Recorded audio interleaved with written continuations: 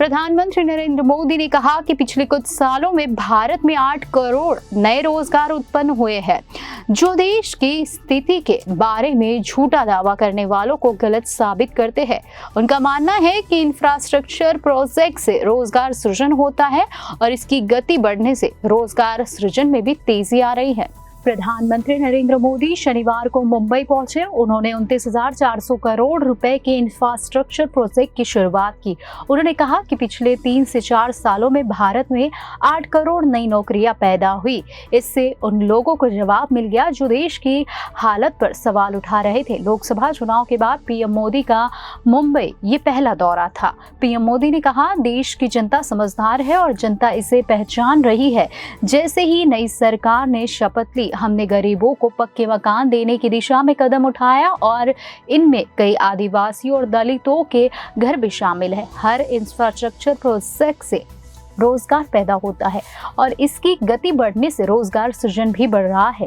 प्रधानमंत्री ने कहा, तीसरे कार्यकाल में एनडीए सरकार 3 गुना तेजी से काम करेगी।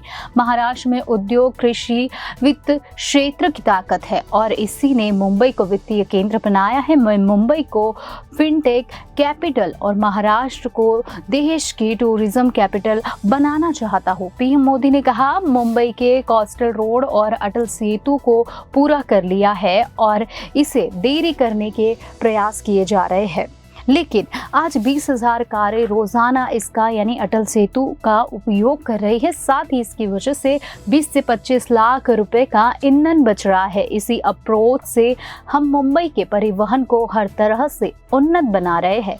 10 साल पहले मुंबई में सिर्फ 8 किलोमीटर मेट्रो लाइन थी, लेकिन आज ये 80 किलोमीटर तक पहुंच गई है। इसके अलावा 200 किलोमीटर मेट्रो नेटवर्क का काम चल रहा है। पीएम मोदी ने लगभग 5,600 करोड़ रुपए के परिव्यय के साथ मुख्यमंत्री युवा कार्य प्रशिक्षण योजना की शुरुआत की। यह एक इंटर्नशिप प्रोग्राम है। इसका उद्देश्य युवाओं को स्किल बढ़ाने और उद्योग प्रदर्शन के अवसर प्रदान करके बेरोजगारी को दूर करना है।